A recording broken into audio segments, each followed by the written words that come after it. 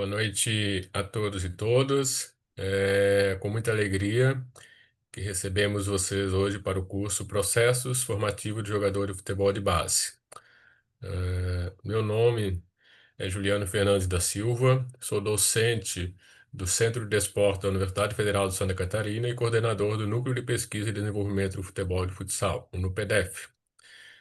Nós estamos aqui hoje por meio do projeto CDFF, que é um projeto financiado pela Secretaria Nacional de Futebol e Defesa dos Direitos do Torcedor, ligado ao Ministério do Esporte. Esse projeto possui quatro eixos de execução, sendo eles um diagnóstico do futebol feminino na região sul do Brasil, cursos de capacitação como esse que teremos entre hoje e quarta-feira, festivais pedagógicos para crianças e adolescentes, e o quarto eixo são núcleos de vivência de futebol e futsal na UFSC. Para quem quiser acompanhar o resultado dessa importante política pública, peço que acessem o site nupedef.com.br ou sigam as páginas do Instagram do @nupedef ou @cdff.ufsc.br.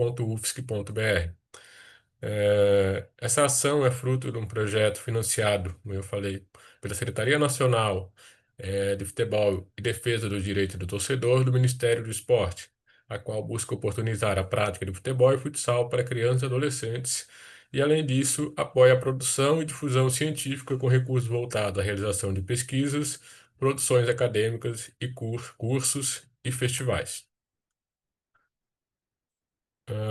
O nosso curso, que nós iniciaremos na data de hoje, processos formativos do jogador de futebol de base. Nós teremos aqui o professor Frederico Falcone, tá? Então, desde já, eu agradeço, professor Fred.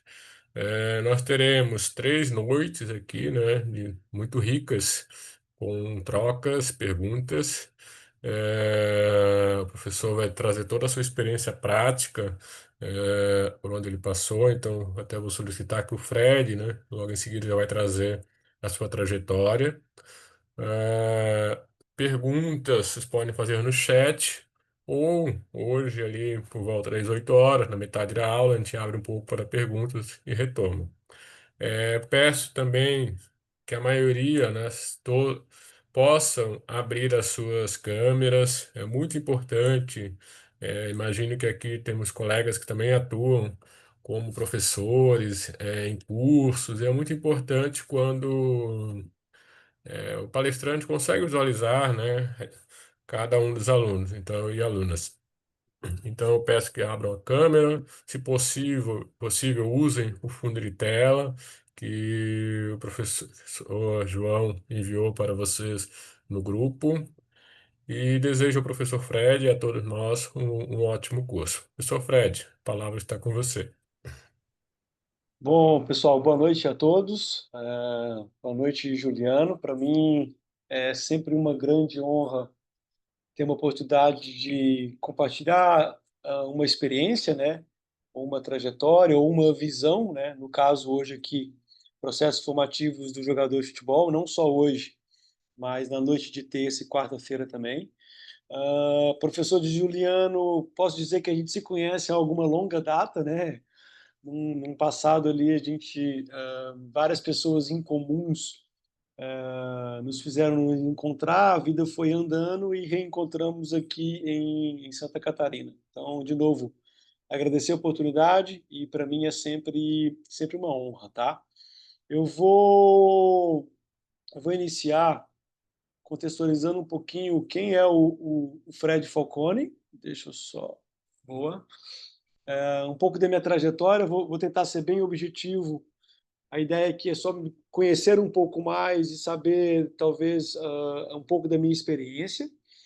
Eu sou natural de Belo Horizonte, então me formei em educação física ali e desde cedo fiz parte do Centro de Estudos de Cognição e Ação, né, que naquele momento transformou toda a minha visão sobre esportes coletivos, naquela época sobre futsal, e aí, em sequência, obviamente, toda essa experiência levada para o futebol. Então, posso assim dizer que eu tenho uma veia acadêmica. Então, de segundo período ali, eu comecei a fazer estágio nesse laboratório, e ele transformou por completo a minha graduação e o direcionamento que naquele momento eu dei ali para a minha vida, que veio a se tornar uma carreira, né?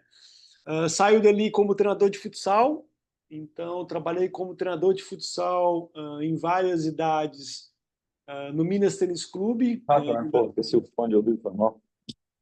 em Belo Horizonte. Pessoal, deixa eu reforçar só o que o professor Juliano. Não.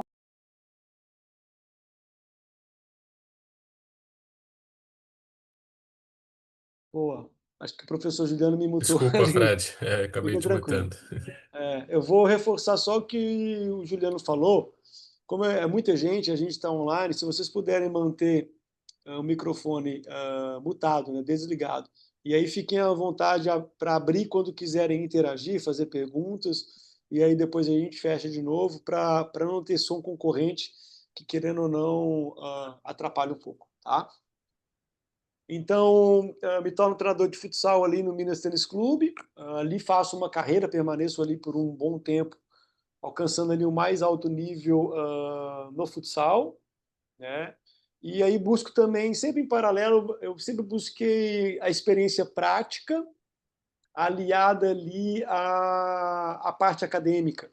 Então eu me considero um cara muito inquieto, né? Eu até iniciei esse ano agora mais uma especialização em neurociência e esporte. Então, considero um cara sempre buscando conhecimento. E aí fiz uma especialização em futsal, na época não no Par ali. O Wilton Carlos Santana, ah, mergulhado ali na questão da pedagogia do futsal, organizou essa especialização com os maiores treinadores da época, e lá fui eu, né? Depois busquei conhecimento também, e a gente vai falar um pouco disso, sobre liderança. Eu, na minha trajetória, me cobrava muito conhecer a modalidade que eu estava ensinando, né? Então, cada vez ganhar mais conhecimento sobre ela, sobre o jogo. Paralelo a isso, a como que eu podia ensinar ou treinar melhor esse jogo. E ainda paralelo a isso, né, numa tríade ali, como é que eu conseguiria gerar as pessoas e os processos naquele contexto para um melhor desempenho, para uma melhor aprendizagem. Então, fiz ali um MBA em gestão de pessoas, relacionado com liderança, né, para tentar equilibrar um pouquinho isso também, gerenciar melhor os processos e as pessoas, né? E aí sigo nessa parte, sempre balanceando parte acadêmica com parte profissional. Hoje, né, hoje eu exerço a função de coordenador metodológico do Barra Futebol Clube, né, de um clube empresa, vamos assim dizer, localizado. O CT está localizado em Itajaí, né, mas o Barra hoje, obviamente, representa e pertence a Balneário Camboriú, né?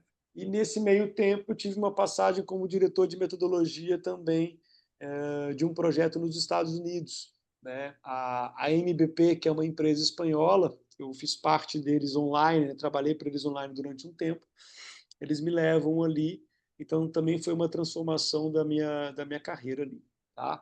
Então, acho que a imagem está falando mais do que eu verbalizando aqui, né? Então, essa é um pouco da minha trajetória, reforçando, sempre equilibrando ali teoria e prática, né?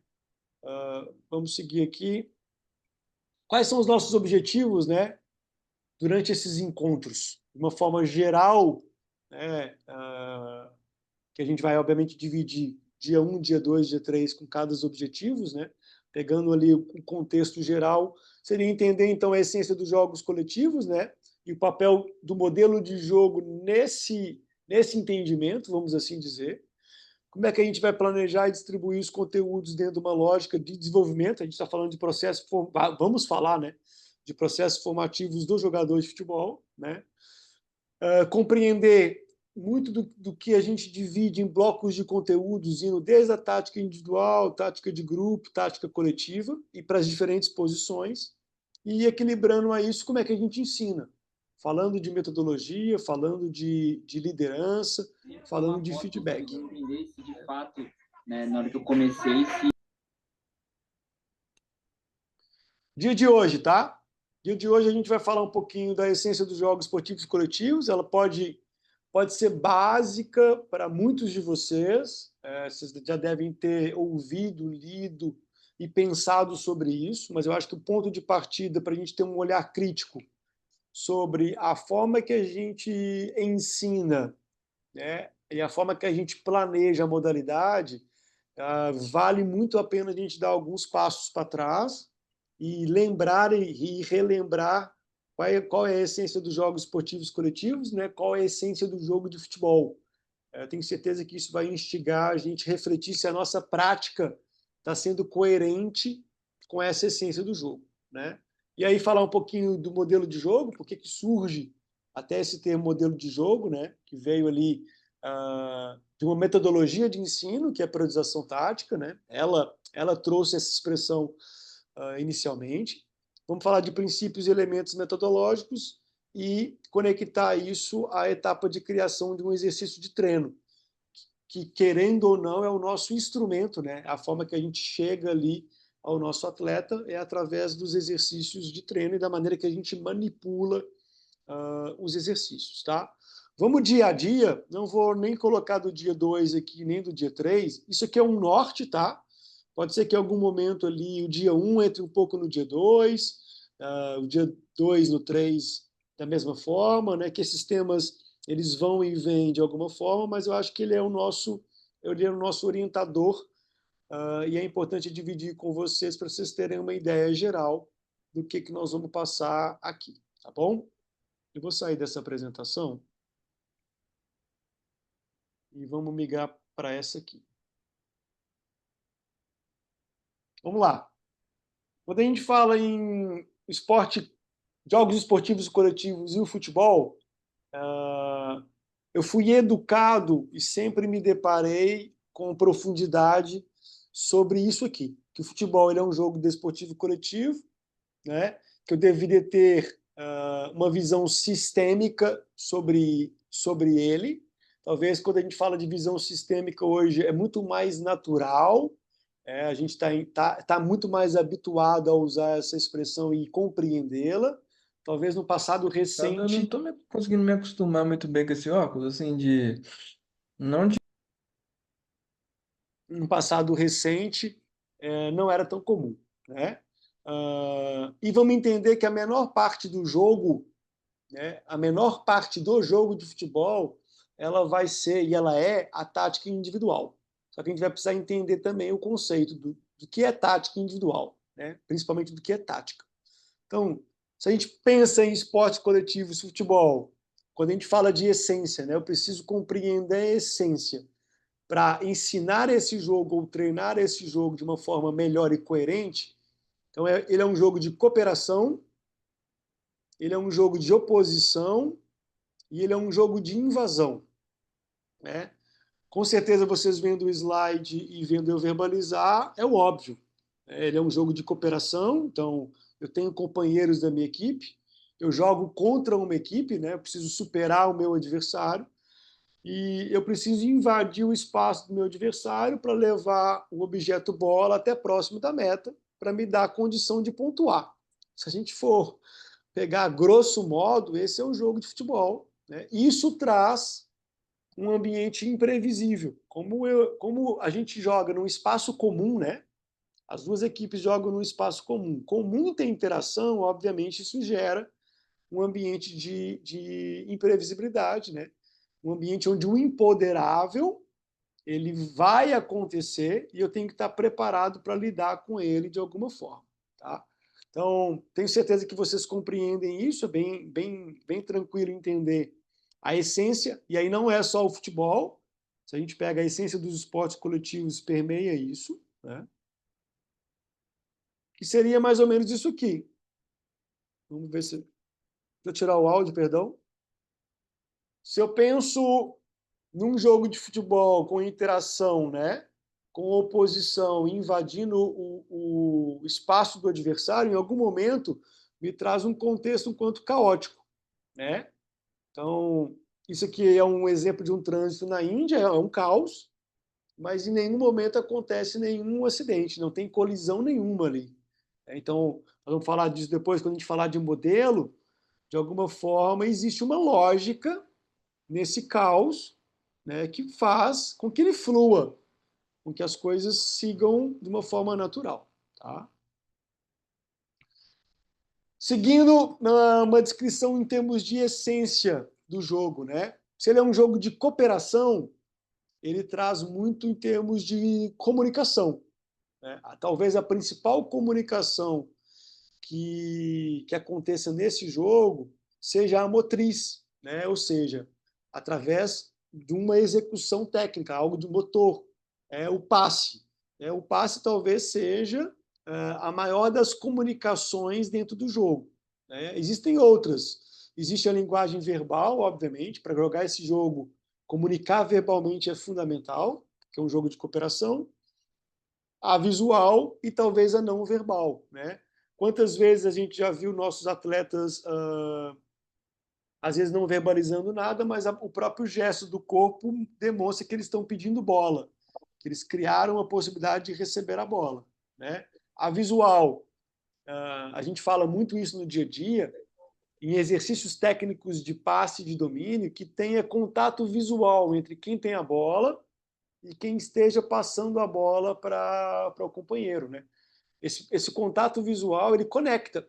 Eu preciso conectar, que eu preciso passar a bola no pé da frente, no tempo que o companheiro sem bola ele conseguiu abrir o corpo e desmarcar. Então, tem uma série de sinais que eu preciso perceber através, obviamente, do aspecto visual para eu conectar aquele passe de uma forma mais positiva.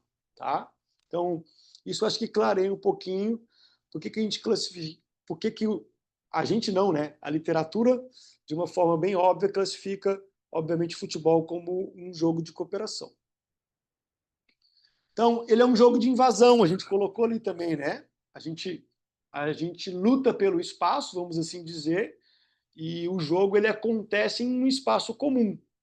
Então, se ele é um jogo de invasão, isso traz situações que são inerentes ao jogo. Primeiro, gerir tempo e gerir espaço, né? Então, se eu falo hoje em ensinar futebol e treinar futebol, e eu não levo em consideração gerenciar tempo e espaço, eu estou indo contra a essência do jogo, né? Eu estou ensinando algo, talvez, que não traga a complexidade da modalidade. O que vai acontecer? À medida que os meus atletas, a minha equipe, enfim, forem expostas ao jogo, eles não vão conseguir lidar com as situações que o jogo apresenta e aí, possivelmente acontece, né? A gente se frustra em função disso, né? E interagir com o meio, né? Tanto que a gente vai falar muito de habilidades perceptivas.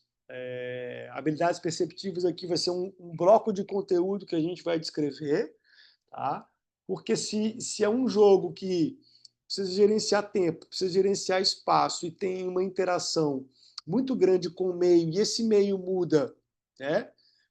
Sempre, a cada frame ali, né? A cada 2 segundos, aquela situação está mudando, eu tenho que levar em consideração, com certeza, habilidades perceptivas.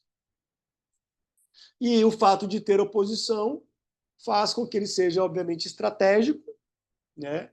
Tático, e que tanto os termos estratégico quanto termos táticos, óbvio que eles não são os mesmos, não é o mesmo, né? Talvez o estratégico ali seja o plano, né? O tático seja como é que eu coloco esse plano em prática através de uma intenção, né?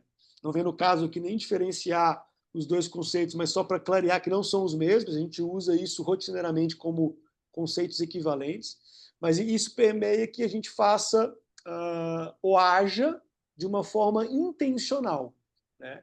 Que vai ter relação também com a conexão da construção de um modelo de jogo, né? O modelo é um norte, é algo que ele nunca é alcançável, ele é um direcionamento, mas que me traz intencionalidades, né? Da forma que eu vou lidar com o caos que o jogo é em função dessa essência. Tá? Tá fazendo sentido? Se tiver alguma dúvida, eu acho que vale. Por mais básico que sejam alguns conceitos aqui, a gente mexe nas entranhas ali em relação ao que realmente o futebol é, para a gente refletir sobre o ensino e sobre o processo formativo. Tá? Fiquem à vontade se tiverem alguma consideração. Tá, Juliano? Eu estou indo aqui aos poucos aclimatando, para entender como é que a turma está lidando com essas informações, tá? Fiquem à vontade ali, senão eu vou seguir normal, tá? A gente falou disso, aquele vídeo exemplificou, né? Que a essência passa por um caos organizado, né? E existem, né, algumas teorias que sustentam o futebol. O futebol ele tentou ser explicado e tentam se explicar o fenômeno do futebol até hoje e utilizaram de várias teorias para que embasassem ela, né? Então, a questão do pensamento complexo, questões ecológicas onde o meio ali é determinante, teoria geral de sistemas, a teoria do caos, né, que ela não está descrita aqui, mas ela é importante. Quando a gente fala de modelo, então, o modelo de jogo ele surge muito para explicar essa complexidade caótica do jogo, né, porque eu preciso interagir com esse caos, com algo complexo, eu só consigo através de entender que aquele mesmo caos ele tem uma ordem de acontecimentos e que eu consigo, por mais aleatório que ele seja, interagir com isso e aumentar a probabilidade de sucesso ou de fracasso. Que a minha concepção é que nós, enquanto treinadores, ou a gente aumenta a probabilidade ou a gente diminui a probabilidade. Concretizar, a gente não tem esse controle, por mais que a gente acha que tem, a gente não tem esse poder, né? E aí nós vamos chegar na tática individual, que foi talvez um dos primeiros slides que a gente viu ali, falando que a menor parte do jogo de futebol ele é a tática individual. Então a gente sai de algo muito complexo, né? Pensa ali, né? Desde os princípios gerais operacionais, aqueles básicos mesmo, né? De levar a bola até a meta, de proteger a meta, né? De tentar criar uma vantagem numérica, para entender aquilo é muito geral, aquilo é muito amplo. Eu preciso condicionar a evolução da tática individual, que ela sustenta o jogo. Dela eu consigo conectar para algo grupal, né? A literatura ali coloca 2 a 3 jogadores, eu até uso no futebol uma formação de linha, então 4 a 5 jogadores eu ainda considero grupo, e obviamente mais do que isso em termos coletivos, né? E aí vamos passar rápido aqui, só para a gente entender o conceito, né, do que seria uma tática individual e por que ela é considerada a menor parte do jogo, né? Porque dentro da essência que a gente descreveu agora, através dela a gente consegue interpretar tempo e espaço. Então, se eu preciso gerenciar tempo e espaço, e se eu tenho uma intencionalidade na minha ação, que eu consigo interpretar, né, e lidar com isso, opa, isso me agrada. Através de algo motor, obviamente a minha intenção tática ela vai precisar ser expressada através de algo motor, né? E surge para resolver algo que aquele jogo caótico traz, né? Boa. Quando eu falo em resolver algo, né, em uma ação através da técnica, eu tenho que entender a parte cognitiva, a importância dessa parte cognitiva ali dentro da tática individual, né? E de uma forma bem simples e sucinta aqui, entraria a questão de percepção, né, de processar a informação, né, de decidir ali e, obviamente, executar, né? Bom, eu acho que esse é um contexto inicial para a gente entender e concretizar isso aqui, tá? E aí, com base nisso aqui, a gente vai começar a permear de que forma que a gente deve ou pode, né? Existem N formas, que a gente pode organizar processos formativos para que alcance que os indivíduos consigam evoluir, interagir e jogar isso, a essência do jogo, tá? Alguma pergunta até aqui, alguma dúvida? Tranquilo?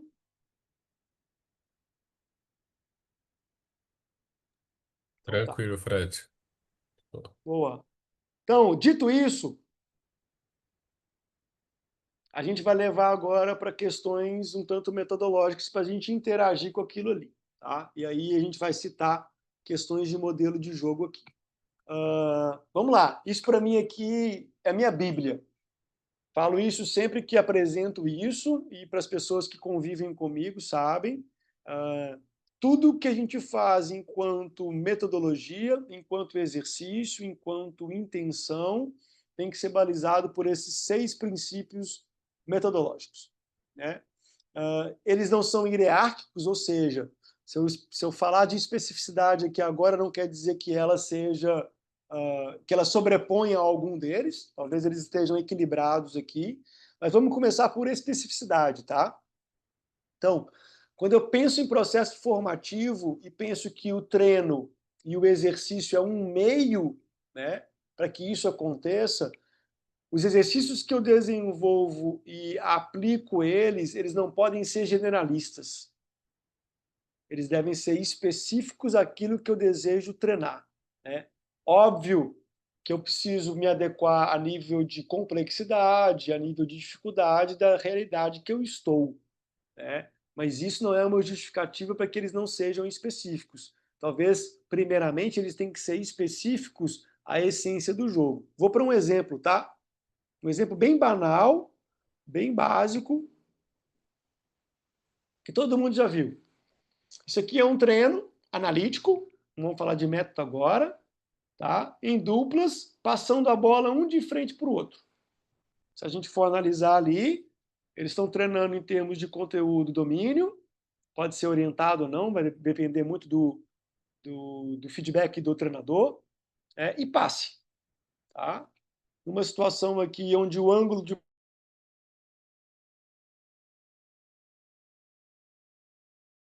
eu poderia dar um treino de passe assim, ou eu poderia dar um treino de passe assim. Aqui já é um círculo, tá? Não levem a mal a minha geometria aqui, mas a ideia é que seja um círculo, com 2, 4, 6, 8 jogadores, tá? Eles trabalham com 3 bolas ao mesmo tempo, eles devem passar a bola de uma forma aleatória entre esses 8, com a única regra que quem tem a bola não pode, obviamente, receber 2 bolas. Então aqui eu já envolvo, eu já progrido de uma situação muito simples, analítica, completamente descontextualizada, a quê? A essência do jogo, para algo aqui que já tem percepção, porque ele vai precisar perceber quem está sem a bola, quem pode vir a receber a bola ou não, diferentes estímulos, porque são 3 bolas, e uma certa tomada de decisão, porque ele vai ter que passar a bola, obviamente, o mais fácil que seja, para aquele companheiro que não tem a bola. E, ao mesmo tempo, bem dinâmico, essas 3 bolas elas vão. Então, eu já trago uma situação muito mais real comparada à primeira. Tá? E eu posso evoluir ainda para esse treino de passe. Imagina que tem um espaço delimitado aqui, tá? Aqui tem 3 grupos. Então, tem 3 trios, perdão. O trio de azul, o trio de vermelho, o trio de amarelo, tá? O trio só passa a bola entre ele, então azul só passa para azul, vermelho só para vermelho, amarelo para amarelo. A única regra aqui é que eles têm que passar a bola e movimentar todos juntos nesse mesmo espaço. Opa, já ficou mais caótico. Já tem muito mais percepção do que o primeiro, né? Um pouco mais que o segundo, por quê? Como eles vão movimentar ao mesmo tempo, né? E eles vão precisar se deslocar. Então, existe aqui cooperação? Existe. Um trio coopera, obviamente, com o outro. Existe uma oposição, por mais que ela não possa receber a bola? Existe, porque eu tô brigando pelo espaço. Eu preciso reconhecer qual espaço eu posso ir e me posicionar. Tem interferência do espaço, né? E existe uma invasão de território porque eles não podem ficar parados. Eles têm que passar a bola e movimentar. Então, muda-se o frame, né? Ou seja, aquela cena, aquela situação, ela muda constantemente, né?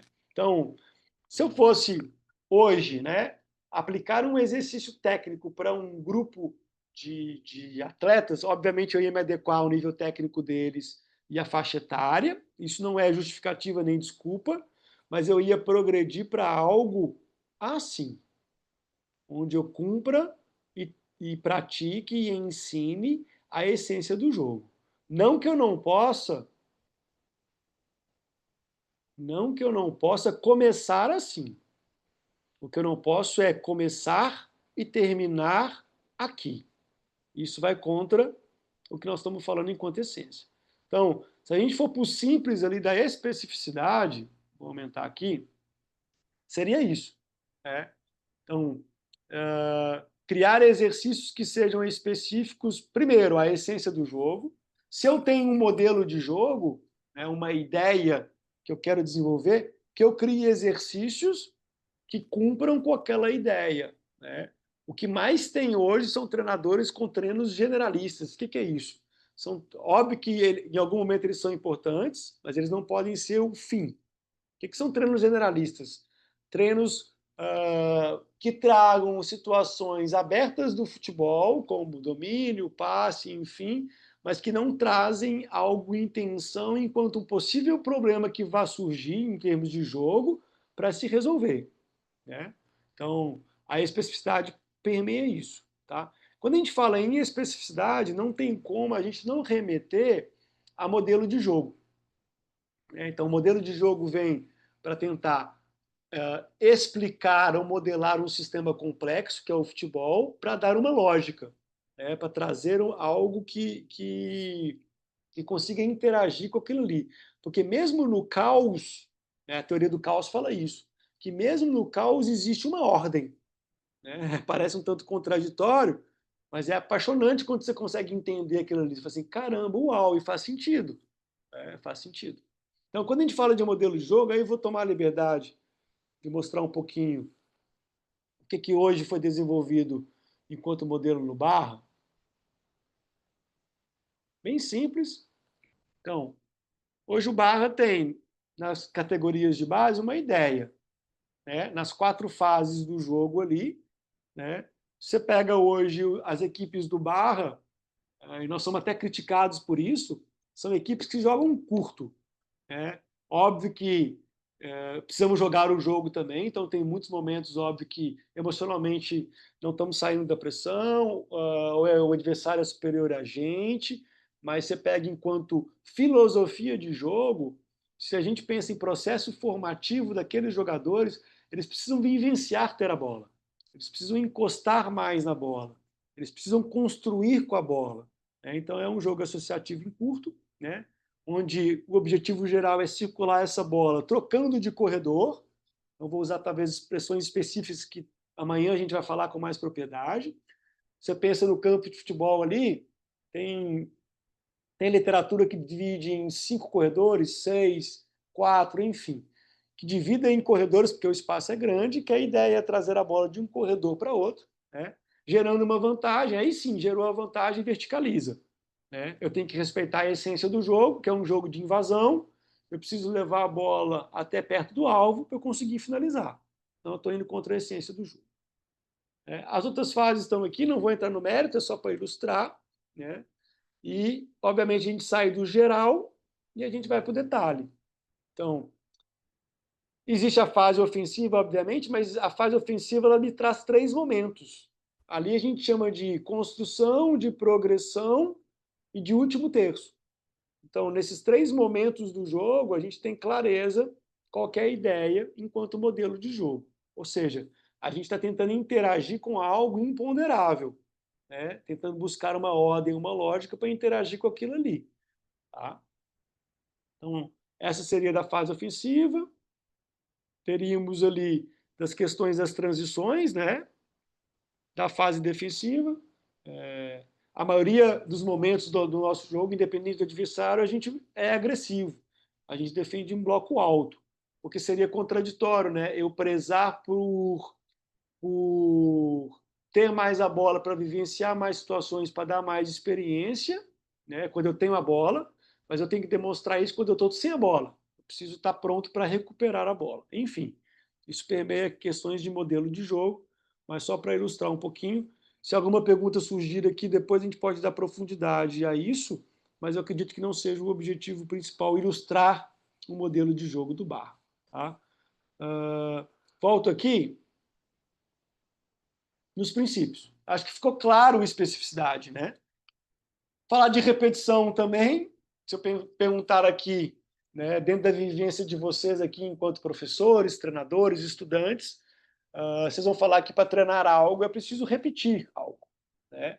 Agora, o futebol traz alguma cultura, de uma forma geral, do não esforço em alguns momentos, de repetir pouco. Se você pegar todas as modalidades esportivas de esportes especializados, o número de repetições de técnica de treino deve ser assustadoramente, né? Juliano me corrija, não sei de pesquisa, né? Aí eu tá vendo uma situação subjetiva minha, trabalhando já com futsal, com futebol e estudando, vendo outros esportes, né? A gente repete pouco, né? E talvez a gente crie exercícios ou situações para que o número de repetições também seja baixo. Você pensa em qualquer processo de expertise, ou seja, você se tornar um expert em determinada, em algo, né? Existe ali a literatura coloca 10.000 horas, né? Enfim, não cabe ali as 10.000 horas, em termos de numérico, mas de um esforço, de uma prática deliberada, um número de repetições altíssimo, né? Então, quando eu planejo um exercício, eu planejo uma sessão de treino, eu tenho que entregar isso para o meu atleta, a possibilidade de repetir, de errar. Não é a repetição por errar, é entender o que está por trás disso. Quando ele repete, né, seja ele errando ou ele acertando, ele está criando uma imagem mental daquela ação. Então, o cérebro dele está passando por algo que, em termos de aprendizagem, né, ele é incompetente, ao ponto dele se tornar competente, né? E de algo que é consciente, ou seja, que ele pensa para fazer, e quando ele pensa para fazer, obviamente ele demora muito tempo, né? Porque ele processa as informações muito mais lento, para algo chegar ao inconsciente, que ele só responda. Porque o jogo exige isso, né? O jogo exige que eles respondam aos estímulos, né? A gente precisa condicionar as respostas. Não estou falando de automatismo, não estou falando de não tomar a decisão, pelo contrário, mas a gente repetir a ponto de conseguir executar aquilo sob pressão de uma forma mais automatizada, mais rápida. Tá? Propensão é Professor, diferente. Cleiton. eu posso fazer uma pergunta? Claro, Juliana, podemos abrir agora? Já podemos, né? Não Sim, tem Cleito, problema, né? consegue abrir a câmera, Cleito, por favor? Claro, claro. Por favor. Pronto. Obrigado, Só, Cleito. só para me apresentar, meu nome é Cleiton, né? Tenho 40 anos, sou licenciado pela CBF sem saber, e o meu último trabalho foi na Portuguesa Sub-20 no feminino. E eu acompanho já o trabalho do professor Valcone, e referente a, o senhor disse sobre repetição. Uhum. O senhor, como coordenador metodológico, quando um técnico repete muito um exercício, eu montei um treino e repeti ele a outra semana, e assim, até fixar na cabeça do atleta. Os atletas geralmente reclamam ou dá aquela percepção que o treinador não tem um conteúdo para passar além daquele. Qual que é a sua visão sobre isso? Boa pergunta. Vamos lá. A repetição ela é fundamental. Eu sou um defensor de, a partir do momento que você planejou exercícios, né, com uma intenção de alcançar uma aquisição de comportamento, uma evolução daquilo ali, a repetição é fundamental. Eu preciso fazer com que eles vivenciem aquelas situações mais vezes. Por quê? Para condicionar algo, né, para sair do incompetente ao competente ou do consciente ao inconsciente, pois existe um tempo e um trabalho árduo ali.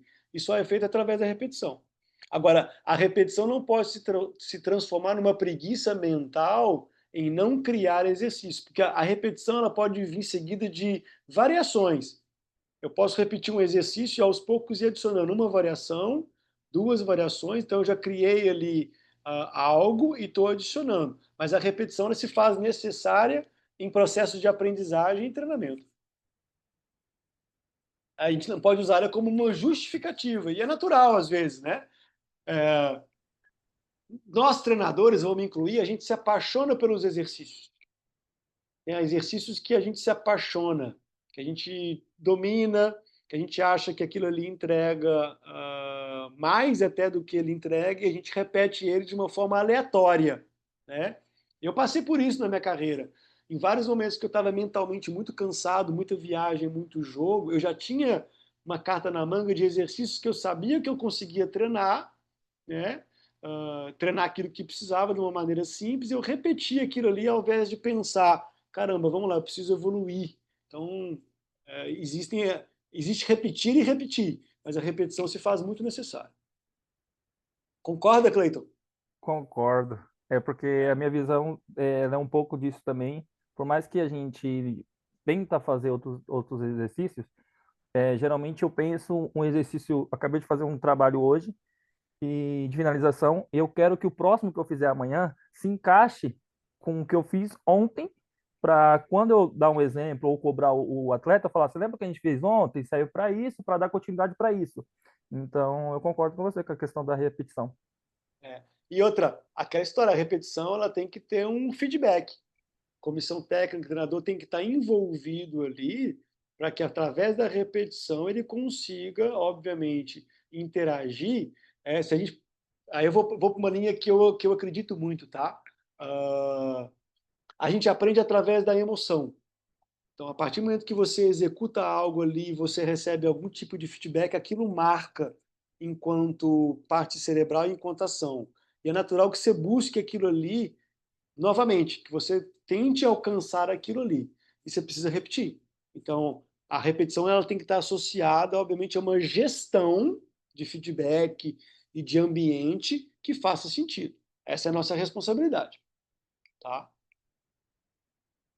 Propensão. Qual que é a diferença, então, propensão para repetição? A propensão já me traz algo tático. Né? Talvez a propensão é um termo ali da periodização tática. Né? Eu preciso planejar uma atividade, um exercício, onde aquele comportamento que eu desejo treinar apareça o maior número de vezes. Quem nunca, né? Planeja um exercício de tempo total de volume de 15 minutos, com determinado objetivo. Depois você vai assistir o vídeo do treino, aqueles 15 minutos, aquele determinado objetivo aconteceu 3 vezes. E aí depois a gente quer culpar os atletas que na hora do jogo, sob pressão, eles não estão condicionados ou eles não conseguem lidar com aquela situação. É nossa responsabilidade. Então a propensão se faz necessária. Eu preciso planejar exercício que aquilo que eu quero treinar apareça. Vou dar um exemplo, tá, da minha realidade. Hoje eu assisti um dos treinos aqui das nossas categorias. Um dos objetivos ali do treinador, da comissão técnica, era terceiro homem. Depois, quando a gente entrar em conteúdo, a gente vai passar, não vou explicar aqui exatamente o que é o terceiro homem, mas vamos colocar, né, uma tática de grupo um tanto quanto básica para o ensino do futebol. Né? E ele criou um jogo ali de 4 contra 4 com algumas regras, que davam 8 para 8, mas no setor 4 para 4. Apareceu muito o terceiro homem pela manipulação de regra que ele colocou, que a bola só podia passar por determinado setor através do terceiro homem. Vocês viram o treino e falaram assim, caramba, é uma situação de um jogo reduzido aqui, mas o objetivo está acontecendo com frequência. O que ele está entregando para os atletas? Uma possibilidade de evolução, porque eles estão repetindo, eles estão errando, eles estão vivenciando, o corpo deles está reconhecendo aquilo ali enquanto ação. É natural que futuramente, sob pressão, eles respondam. Porque aí eles vão conseguir entender qual é a vantagem que o terceiro homem traz, né, numa situação de jogo de futebol. E o porquê fazer aquilo ali. Opa, já entrou em termos de retenção de memória, eles vão acessar aquilo ali de uma forma mais rápida. Tá? Progressão, simples, né? A gente aprende desde a faculdade ali, né, quando a gente fala de pedagogia, didática, enfim, do fácil para o difícil, do simples para o complexo, né? Óbvio que isso é relativo, né? Mas sempre progredir. Que aí entra na pergunta do Cleiton, né? O não repetir por repetir, a variabilidade ela se faz fundamental em termos de motivação, em termos de aprendizagem também, né? Se eu vario ali o meu repertório, eu otimizo as situações vivenciadas enquanto experiência, então é inegável que facilite, obviamente, a aprendizagem. Tá? Contextualidade. A contextualidade, eu vou dar um exemplo que ela pode ser mais específica. Tá? Vocês, enquanto treinadores, vocês devem ter alguma plataforma de jogo, vamos assim dizer. Vamos dar um pouquinho de profundidade.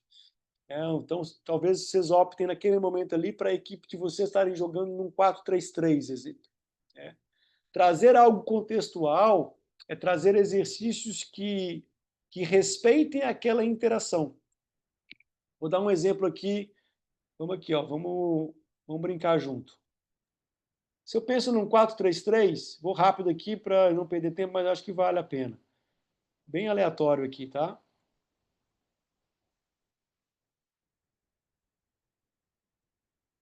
Se eu penso num 4-3-3, eu preciso começar a conectar isso aqui, né?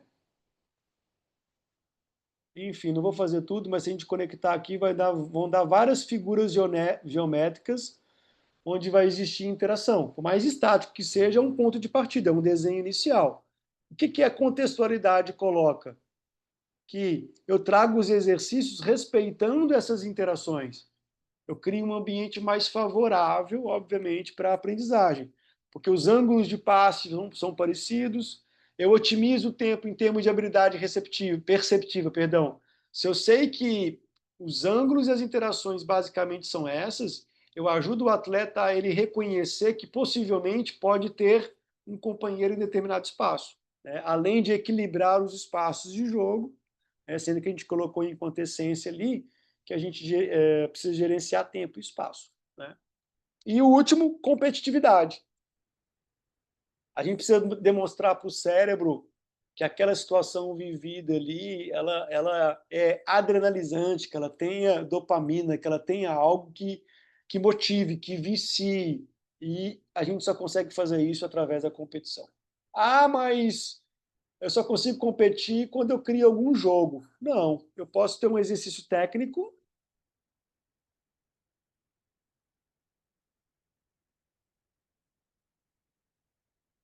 Eu posso ter um exercício técnico de um grupo bem aleatório, tá? Com outro grupo, onde eles estejam competindo em número de passes por tempo. Eu coloco eles sob pressão, ou seja, em 30 segundos, qual grupo dá o maior número de passes aqui. Isso causa impacto. Isso causa impacto na aprendizagem. Isso prepara eles para um contexto mais real. O tempo de execução, o primeiro contato, é diferente deles executarem isso aqui sem nenhuma pressão externa. Então, a competitividade é fundamental nesse contexto. Eles têm que estar imersos a contextos competitivos, onde eles reconheçam que eles precisam de performance. Né? Quando eu falo performance, que eles precisam de desempenho, relativizando eles com eles mesmos, né? Na mesma faixa etária, no mesmo nível de força, enfim, no mesmo contexto. Né? Então, igual eu iniciei quando eu falei, isso é a minha Bíblia. Né? Eu acho que se eu tiver claro e conseguir manipular esses princípios metodológicos, entendendo a modalidade que eu estou ensinando, isso já me dá uma margem de sucesso em termos de entrega de conteúdo para os meus atletas alta, alta. Óbvio que vai além, nós vamos falar de coisas aqui, mas isso se faz valer. E a gente se perde nisso, de tão básico e tão simples, né, que a gente vê os slides aqui e fala assim, caramba, eu já vi isso em algum lugar. Quem nunca escutou falar em progressão, em repetição ou em especificidade? Agora, no dia a dia, manipular e fazer isso valer, aí já não torna tão simples. Aí talvez seja o pulo do gato, vamos assim colocar. Para a gente mudar de slide, alguma dúvida em relação a algo que permeou aqui? Boa noite, professor Fred. Boa noite. Eu deixa eu me apresentar, Rosenildo Anjos. Tenho 51 anos, sou moro em São Paulo. A minha dúvida, na verdade não é uma dúvida, né? É assim, o quanto é importante a gente trabalhar também a parte do lúdico dentro da progressão, né, e da repetição voltado para o esquema tático mesmo voltado ao jogo. Trabalhar o lúdico dentro dessa. Para modificar ali, para não ficar uma rotina morosa, chata para o jogador ali. Você trazer a criatividade dentro da especificidade do programa de treinamento. É importante trabalhar a parte lúdica também, voltado para o futebol de alto rendimento, e trabalhar esse conteúdo na base também é importante? Obrigado. Vamos lá, sua pergunta ela foi complexa que ela permeou várias coisas. Foi muito boa, mas vou por partes, tá? Vamos lá. Ah, lúdico processo formativo base, né? Acho que cabe enquanto progressão, perfeita a sua colocação. Eu posso iniciar algum conteúdo que eu apresente de forma lúdica para eles, né? Que tenha alguma transferência até coordenativa, né? Eu já fiz muito, é porque eu sou mineiro de Belo Horizonte, lá a gente fala rouba-bandeira, né? A rouba-bandeira muda de estado para estado, né? Eu não sei ali. Que é um jogo, enfim, de São Paulo invasão. também é rouba-bandeira. Aí também em São Paulo é rouba-bandeira? Em Santa Catarina é Rouba- rouba-bandeira, Juliano? Pique bandeira? É, pique-bandeira. Aham. Eu usei muito, né, como lúdico e educativo com um determinado objetivo. Então, cabe muito, é fundamental. Obviamente, nós, enquanto treinadores de comissão técnica, gerenciar até em momentos de mais tensão pré-jogo, usar, né? Ah, equipes profissionais, que foi sua segunda pergunta. Tem vários vídeos de equipes ali, em vários momentos, fazendo situações lúdicas, né? Ou num recover, ou seja, num dia após o jogo ali, ou até num pré-jogo. Eu acho que o lúdico, quanto mais alto o desempenho, o lúdico entra muito mais como uma válvula de escape para gerenciar ali o estresse e o grupo de uma forma geral, né? Quanto menor a idade, né, em termos de cobrança de desempenho, o lúdico entra assim como algo importante, igual você colocou, num processo progressivo, fazendo parte do processo de aprendizagem daqueles garotos, né? Então ele pode ser apropriado de diferentes formas, de uma forma positiva. Não tenho dúvida disso. Ed, Eu, só aproveitando a pergunta do professor Rosenildo, essa atividade a gente vivencia com frequência, né, no ensino na graduação, quando a gente solicita aos alunos que proponham. E dá de fazer até algumas relações com os aspectos físicos dos jogadores, né? Porque geralmente quem vai ali, se arrisca, né? Ir primeiro nesse pique-bandeira é alguém com maior agilidade, vai, atrai o marcador, e às vezes aquele. Teve um caso interessante que às vezes tem alguns alunos que são do atletismo, né? Corredores de velocidade. E eles não têm muita essa agilidade de fazer, então ficam mais lateralizados e fazem esse sprint quando abre um espaço, né? E aí depois você começa a conversar sobre as posições. Já aconteceu com várias vezes ao longo da disciplina de teoria e metodologia do futebol na graduação, quando os alunos propõem. Então, acho que só complementando, conforme as brincadeiras, eu acredito que vai de como você contextualiza, né? E desenvolve os seus conteúdos, e não a brincadeira por si só terminando ali, né? Então, eu acho muito importante a pergunta do Rosenildo, só contribuindo aí rapidamente. boa, boa. Obrigado, Juliano. E isso define progressão, né? Quando a gente pensa em progressão, sempre tem um ponto inicial, que pode ser um lúdico, pode ser um exercício técnico, enfim. Mas ele nunca é o fim. Ele sempre é um ponto de partida para algo. Vou usar um outro exemplo. Primeiro vou para esse exemplo do rouba-bandeira. Eu usava para muita mudança de direção, porque ali você freia, acelera e muda de direção, tem muita agilidade. Então tem uma transferência física, como o Juliano falou. E eu usava muito mãe da rua, aí é uma expressão também, não sei se nos estados de uma forma geral, para treinar o princípio de comportamento de linha, né, nas categorias menores ali, para fazê-los entender como é que uma linha defensiva se comportava. A gente brincava de mãe da rua, porque quem era a mãe ali, né, ou seja, quem era o pega da mãe da rua, tinha que se comportar de uma forma coletiva como uma linha de quatro, né? Eles tinham que balançar com uma linha de quatro balanças no futebol. Então tinha uma transferência ali de um ponto de partida, tá? Mais alguma para a gente seguir? Fez sentido? O mais básico que seja, acho que esse é o caminho norteador ali para qualquer estrutura em termos de planejamento, tá? Obrigado pela resposta, professor. E só salientar que estava trabalhando num projeto, infelizmente o projeto acabou, né? Uma ONG, mas eu trabalhei muito num K3, né? Como seria isso? Rapidamente, só para contextualizar aí, nunca três pessoas no mesmo local. Então, trabalhava a progressão, mudança de direção, agilidade, né? E era como se fosse um pega-pega, mas nunca três. E é bem interessante porque trabalhei muito a parte de agilidade e de percepção de espaço dos alunos, né? E a parte de agilidade. Então, era muito legal e eles curtiam muito esse trabalho, porque assim como você projeta no esporte de alto rendimento ou no esporte de formação, eles precisam trabalhar também essa parte de agilidade e de mudança de direção o mais rápido possível, para que dentro do jogo ele consiga desempenhar aquele papel da forma melhor, né, na condução da bola ali e na percepção de espaço num contexto geral, tá bom? Obrigado, e boa Boa, noite. vou fechar agora com outro exemplo que eu lembrei aqui, que tem a ver com a parte cognitiva. Vocês já devem ter visto vídeos, tem vários vídeos ali, até vídeos engraçados de equipes profissionais que os atletas não conseguem, sob pressão, tomar a decisão. Quem nunca viu ali naquela estafeta de jogo da velha, né?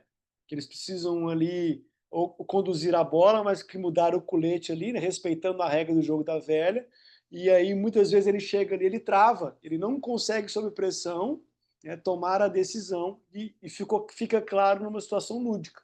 Então, acho que o lúdico ele tem espaço, ele é fundamental, dá para manipular ali dentro da semana, dentro do contexto, para usar em qualquer nível, em qualquer faixa etária. Tá? Seguimos. Boa. Então, isso aqui a gente determinou como princípios metodológicos. E a gente tem os elementos metodológicos, né? Que a gente vai falar de criação de exercício, né? Então, eu tenho que me balizar, obviamente, e respeitar os princípios, mas eu também tenho que ter clareza dos elementos metodológicos, que é o objetivo, né, que tem relação com o princípio especificidade, né, eu preciso ter claro, eu tenho que ir para a execução de um exercício ou para a sessão de um treinamento com quais objetivos eu quero desenvolver daquela forma. Né? Eu não posso ir de uma forma aleatória, porque eu sou responsável, né, quando eu falo eu, treinadores, comissões, pelo direcionamento do processo. O espaço, né, o espaço tem total relação com, obviamente, com parâmetros fisiológicos e capacidades físicas, né, de espaços menores para maiores, óbvio que interfere, nisso, além de questões técnico-táticas. Né? Se eu reduzo o espaço, eu aumento a intensidade. A intensidade que eu falo, não é, no caso aqui, não é física, não. Não só física, não. Mas de tomada de decisão, de execução de técnicas sob pressão no intervalo curto de tempo. Né? O tempo também, que tem relação, obviamente, né, com as demandas físicas, e o número de participantes, que aí vai ter relação com o que a gente vai falar em termos de tática individual, tática de grupo e tática coletiva. Né? Então, se eu, enquanto treinador, consigo entender e manipular isso, tá? E consigo entender e manipular isso, eu já tenho um esqueleto, um alicerce para criar algo que venha fazer diferença no processo formativo dos meus atletas. Tá? Vamos dar um exemplo aqui em termos de espaço, que depois, quando a gente puder falar de organização de microciclo, isso vai fazer diferença. Né? Obviamente, eu já dei um exemplo, né? Quando eu reduzo o espaço, né? A redução do espaço me favorece a treinar as táticas individuais e as táticas de grupo do jogo, né? Numa alta intensidade. Né? Vou dar um exemplo, talvez que fique mais claro, que a gente vai tratar disso em termos de habilidade perceptiva, mas eu acho que esse desenho aqui vai clarear para vocês.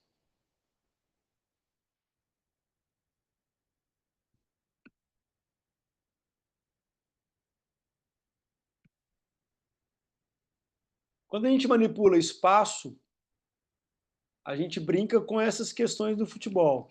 Tá? Quando a gente falar de habilidade perceptiva, vai ficar mais claro, mas essa parte amarela aqui é o que a gente chama de centro do jogo.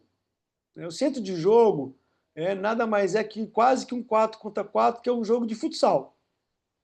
Tem vários comportamentos aqui em termos de futsal. O vermelho aqui é o espaço próximo, aí sim. Aí o futebol e o futsal têm uma diferença enorme, são modalidades completamente diferentes, porque tem uma percepção de um espaço próximo aqui diferente e um espaço distante, o que faz ainda mais diferente, né? Aqui tem muita energia, porque a bola está aqui, então a intensidade aqui aumenta, né? Tem dias que eu vou treinar nesse espaço, tem dias que eu vou treinar conectando esse espaço com esse espaço, tem dia que eu vou treinar conectando os 3 espaços, né? Interfere demanda física? Com certeza. Interfere habilidade perceptiva? Não tenho dúvida.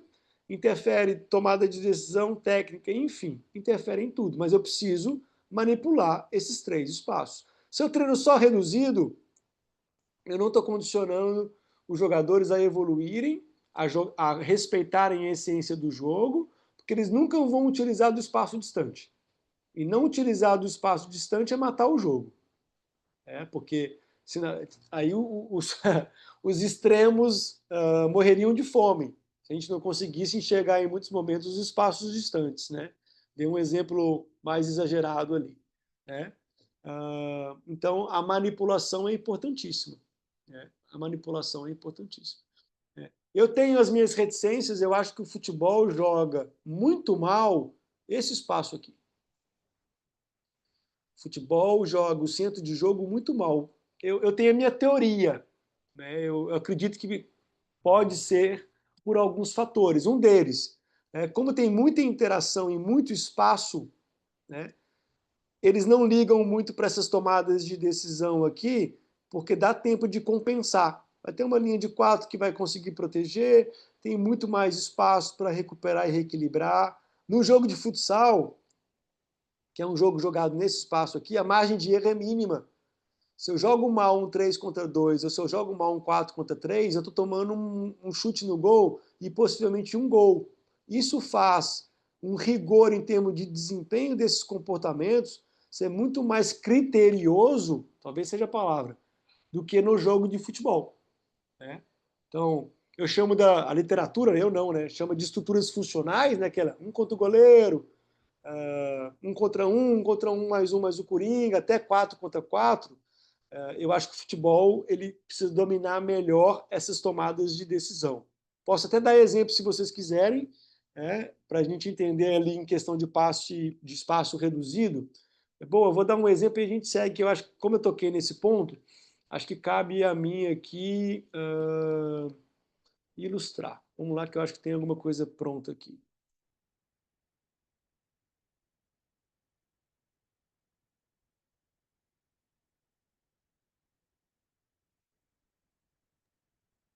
Até outro Simples, ponto, tá? né? Enquanto você ajusta aí, né, Fred?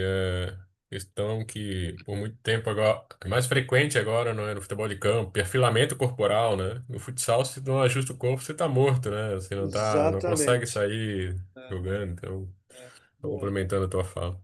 Seu exemplo, Juliano, é o que minha teoria baliza, é o seguinte: a exigência, a modalidade de futsal, as regras dela, o espaço dela, ela condiciona comportamentos ali.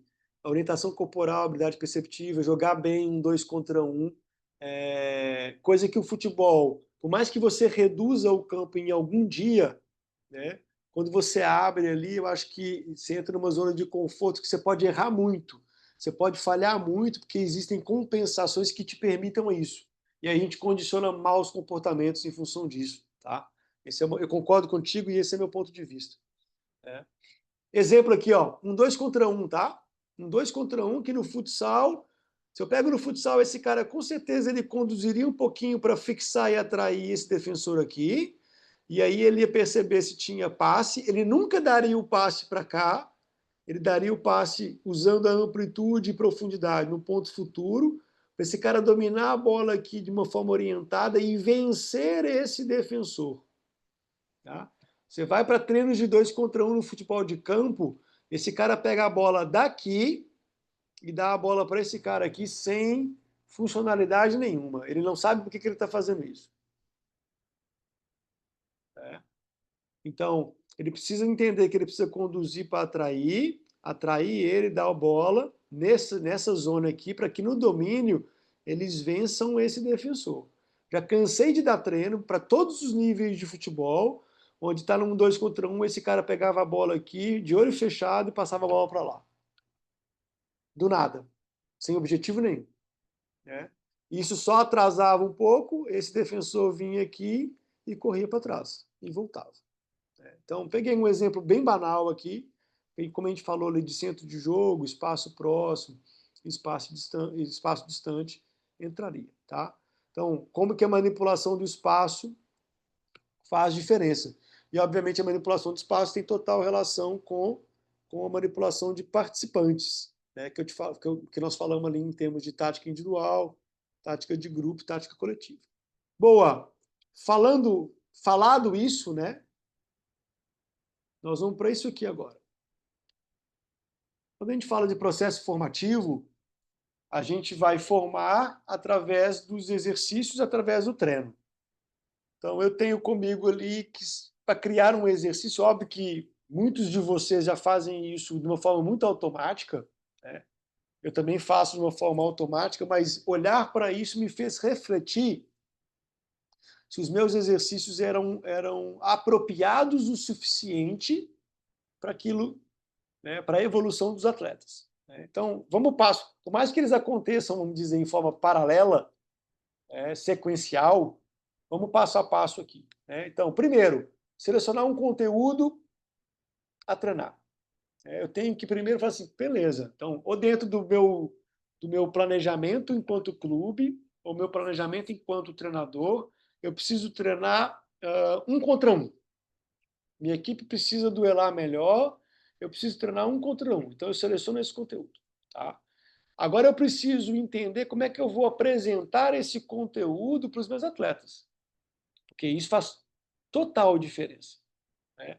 E aí, lá atrás, era muito falado em método analítico, método global, situacional, enfim. Eu não me aproprio mais disso, eu vou explicar hoje qual que é a minha ideia, que é justamente está descrito ali, usar uma estratégia didática apropriada. O que significa isso? A estratégia didática é a forma que eu apresento o meu conteúdo para o meu público. Né? Já que eu toquei no assunto, vamos clarear isso.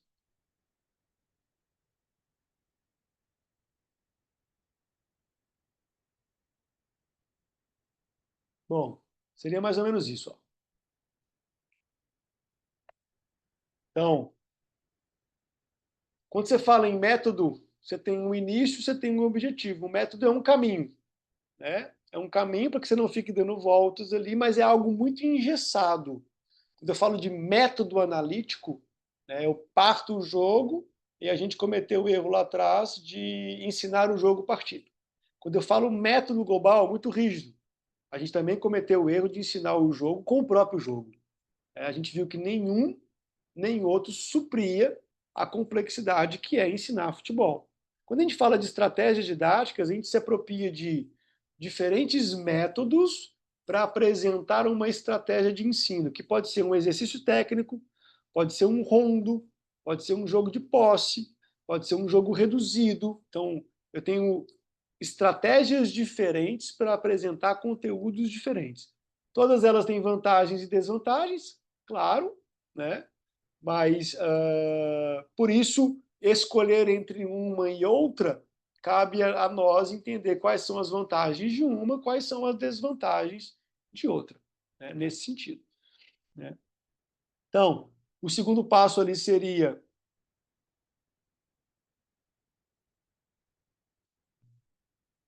usar a estratégia didática apropriada, selecionar o Professor, número de... desculpa Desculpa. desculpa te cortar. Só uma pergunta. Esse material vai ser disponibilizado para gente? De alguma forma, sim. Uhum. Tá bom, então. Obrigado. Era só isso mesmo.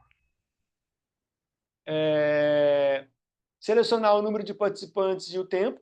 Né? Então, eu selecionei o conteúdo, selecionei a estratégia. Quando eu falo de participantes e tempo, lembra dos elementos metodológicos, isso interfere também e muito na demanda física. Isso interfere. O que o Anderson Viana está fazendo aqui? Isso interfere.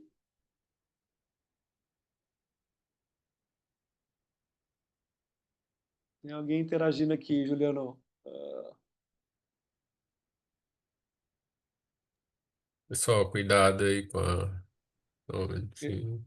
Está rabiscando até a apresentação aqui.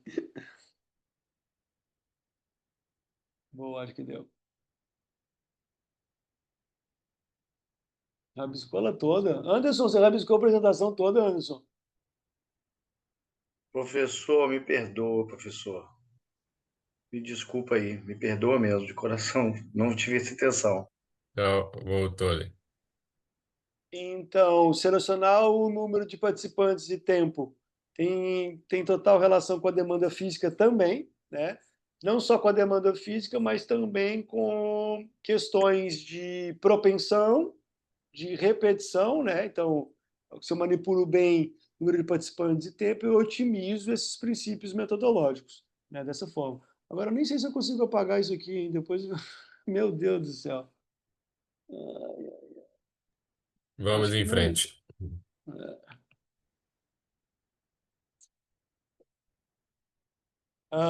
4, determinar o espaço onde vai ser realizado, né? Então, se é um 10 para 10, se é um 15 para 15, se é um 20 para 20. As regras do exercício, importante, de que forma que aquele exercício vai ser manipulado, né? A parte competitiva entra em sistemas de pontuação, né? Então, eu tenho que trazer algo que instigue, né, a parte cerebral a entender que eles estão sob estresse, que eles precisam, de alguma forma ali, estarem sob pressão, né? E aí envolve muito do que a literatura fala de descoberta guiada, da questão de perguntas e feedbacks, e, obviamente, o desenho, né, a elaboração do exercício, né, que é o que eu tenho usado aqui com vocês, de uma maneira simples aqui. Eu venho aqui, cara, eu venho aqui e consigo desenhar e colocar, né, o que precisa ser colocado aqui. Dúvidas?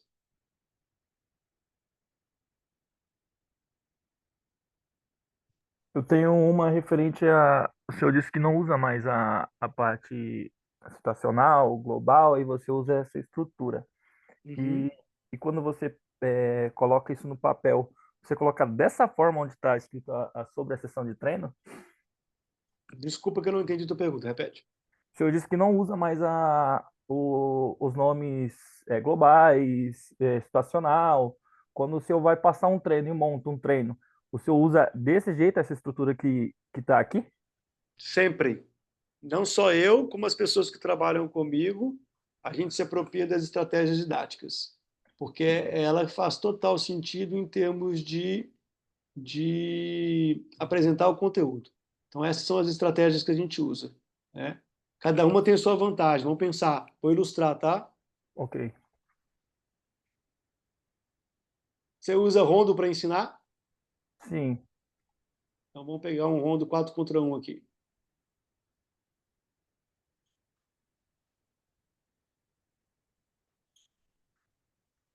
Qual o método que o rondo ensina? Por Ah, qual método que o rondo ensina? o passe. Método é o que você falou como exemplo, método analítico, método global, seja situacional, enfim. Na verdade, ele engloba o situacional e o Uhum. analítico também. Na verdade, ele engloba um global, porque você Olha, cria. olha a sua fala. Na sua fala, você falou que o rondo ele pode ser analítico, ele pode ser situacional, ele pode ser global, tá? Aham. E aí, justamente por esse motivo, a palavra método, ela não cabe nesse contexto. Isso aqui é um rondo. O rondo ele tem a vantagem. O que tem de vantagem do rondo? O rondo não é analítico, porque o rondo tem uma oposição aqui. Dá uma posição. Então, se ele tem uma oposição aqui, ele já traz, enquanto tática, seja individual ou de grupo, uma tomada de decisão e uma intenção. O método analítico morreu por terra. Ele não é global, ele representa o jogo. O jogo aqui é um 4 contra 1 estático.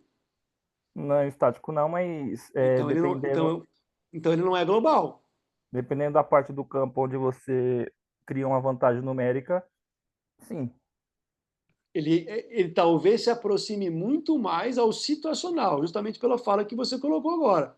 Talvez numa parte do campo, em algum momento, tenha um 4 contra 1. Não exatamente dessa forma, mas tem uma situação parecida. Não é global, não é analítico, tem uma proximidade situacional. Sabe qual que é a desvantagem do rondo? Não. Primeiro que o rondo, pensa, tá? Existem variações de rondo que podem vir a acontecer, vamos pegar a essência do rondo. A gente ensina um jogo de invasão, correto? Foi falado no início aqui do nosso encontro. Existe uma progressão em termos de invasão quando você faz um rondo? Não. Opa, se eu dou treino só de rondo, eu estou indo contra a essência do jogo, porque eles nunca vão progredir com a bola. Não, vou E ficar no jogo eu estático. preciso progredir com a bola. Certo? Ok. Outra desvantagem. O rondo aqui só tem a fase ofensiva. Óbvio que eu posso manipular regras, né, de perde e pressiona, mas eu não consigo treinar as 4 fases do jogo num rondo. Fase ofensiva, defensiva e as transições. Se eu ensino só através de rondo, eu mato os meus atletas, eu mato a minha equipe. O rondo é uma das estratégias para eu ensinar. Ela não é o fim, ela é o meio. Então, viu que ela não cabe nem em analítico nem em global, e eu não consideraria nem situacional. Ela é uma estratégia didática rondo, onde que eu sei que ela tem desvantagens e vantagens. Qual que é a vantagem do rondo? O rondo revolucionou a progressão enquanto exercício técnico. Enquanto se treinava a técnica isolada, por mais que ela vinha contextualizada, o rondo trouxe treinos mais situacionais, com tomada de decisão, com uma oposição facilitada, onde exagerava muito da técnica de controle orientado e passe. Revolucionou o futebol. Um exemplo aqui. Se dentro desse rondo a gente coloca mais um azul, certo? Uhum. E coloca um amarelo. O amarelo ele tem que tocar os 4 atletas que tá fora, que tá no quadrado, tem que tocar dentro pro de amarelo receber a bola entre os 2 de azul. Peraí, vamos para o passo que eu me perdi aqui. Vamos lá. Então tem mais um azul marcando. Ok? E a gente coloca um amarelo que é para receber a bola, que é para ele fazer a parte da para desmarcar. Tá. E aí ele tá dentro do rondo também, esse amarelo. Ele está atacando, ele é um coringa. Exato. Aí Tá aqui. é obrigatório ele se desfazer da marcação do azul para receber a bola e como se fosse um terceiro homem, uma parede para. Tá. Beleza. Você mudou o layout do rondo, você acrescentou mais conteúdos enquanto tática individual e de grupo, porque aqui pode ter, igual você falou, pode ter terceiro homem, pode ter tabela, pode ter mais situações em termos de conteúdo, mas ele não deixou de ser nem analítico, ele não é global, porque falta parte do jogo aqui, ele segue aproximando do situacional, e ele segue tendo a desvantagem de não ter todas as fases do jogo e ser estático. Não mudou nada. Professor, licença. Mudou. Desculpa, só concluir. Desculpa. O que mudou foi, ao invés de um 4 contra 1, nós estamos num 5 contra 2, e tem mais comportamentos táticos que você está exigindo dos seus atletas. Mas segue sendo um rondo. Pode Mas falar, perdão. Pode falar, Cleiton. Tá. Mas aí na linguagem que você usa seria um rondo, ele seria situacional, certo? Na linguagem que eu uso, o primeiro seria um rondo 4 contra 1. Certo. A segundo seria um rondo 5 contra 2. Tá, mas numa parte do jogo ele não seria uma parte situacional do jogo. Ele Você se não estaria- aproxima, você pode considerar, ele é uma situação do jogo. Qual que é a desvantagem? Ele é uma situação do jogo? Essa situação do jogo acontece assim? Fica se jogando 5 contra 2 no mesmo lugar no jogo? Não, Então, mas ele não é claramente uma situação do jogo. certo. Ele é uma estratégia para eu ensinar algo do jogo. Beleza. Vamos lá, vamos. Alguém ia fazer uma pergunta, senão eu vou dar outro exemplo, talvez pode clarear. Alguém quer perguntar? Eu só queria saber uma pergunta, só referente ao Honda, se eu posso trabalhar ele por zona, na especificidade do treinamento na equipe, assim, por exemplo, posso trabalhar ele tanto na defesa, meio, posso trabalhar na lateral e trabalhar ele como no ataque também, para aprimorar o desempenho dos atletas? Claro, claro. Eu sou apaixonado com rondos também. Talvez o meu entendimento aqui. Eu adoro rondos. Agora, o rondo, ele, de novo, ele não é o fim, ele é um meio. Eu posso criar N rondos em diferentes lugares, com estruturas de vantagem completamente diferentes. O que eu quero colocar para vocês é: o rondo não representa o jogo. Então eu tenho que permear mais coisas do que o rondo. O rondo é uma delas. Olha quantas tem. O rondo é uma delas. Eu preciso me apropriar também do jogo de posse. Vamos lá. Vou dar um exemplo do jogo de posse. Mas vamos falar qual método é, tá? Um jogo de posse aqui. Então, vamos rápido aqui, ó. Tem 1, 2. Meu Deus. Ô, Juliano, eu acho que tem alguém no meu computador, cara. Tem Ué, alguém entrando no meu computador. quem que é o nome? Não Anderson. sei, não sei. Suporte consegue me auxiliar aqui, João? Mandando privado como fazer?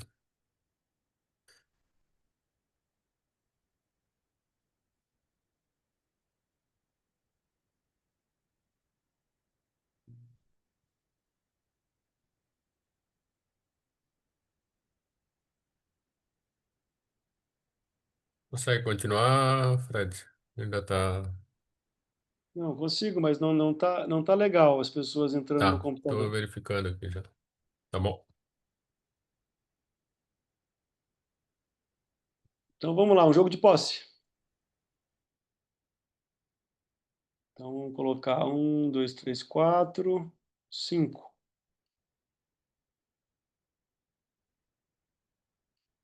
Contra 5.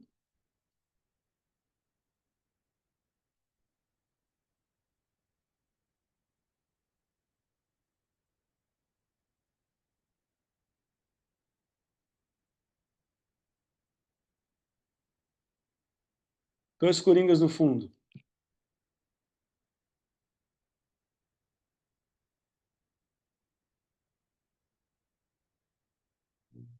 Tá? Então a bola está aqui. O objetivo do amarelo, como jogo de posse, é trazer a bola para esse coringa aqui, né?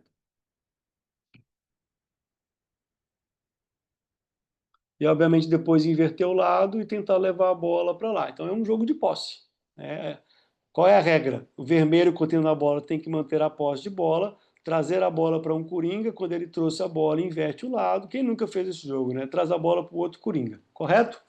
Então, isso é um jogo de posse, tá? Isso é método analítico, Cleiton? Não, Não é, né? É não é. método global? Não. Por que não? Para mim, ele é um método de situação de jogo. Então, ele não é nem global, nem situação de jogo, porque está faltando coisas do jogo aqui. No jogo quando uma equipe leva a bola para determinado setor, ela passa a bola para marcar ponto ou ela finaliza a bola no gol? Geralmente ela finaliza no gol, mas se a gente for pensar, Geralmente não. Senão ela já nós estamos mudando. Geralmente não, é, senão estamos mudando de não, modalidade, sempre, né? é moda de dizer, desculpa, é moda de dizer. Mas se a gente for pensar em troca de corredores, também pode ser usado. Boa, boa. Aí, ó, aí você tá.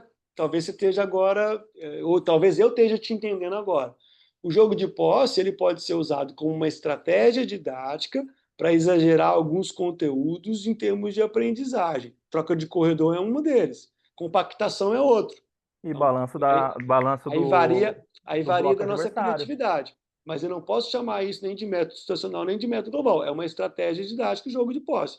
Porque falta o gol, falta o goleiro, falta o chute. Tem várias coisas que o jogo tem que não tem aqui. Eu estou indo contra a essência do jogo.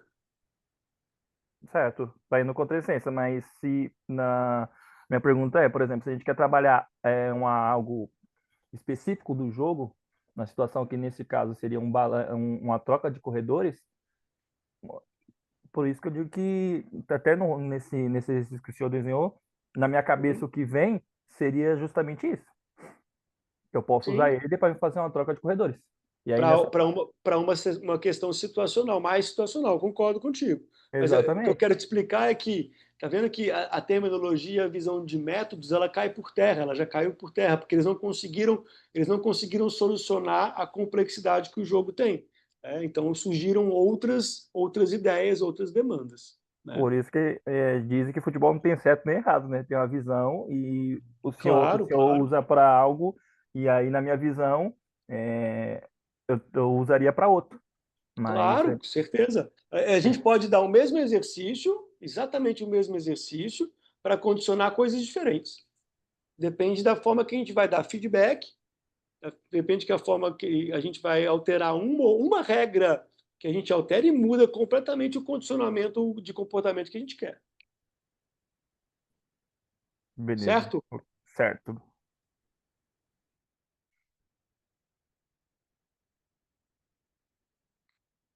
Então, seguindo, né, passamos aqui pelas 8 etapas para planejar um exercício, né?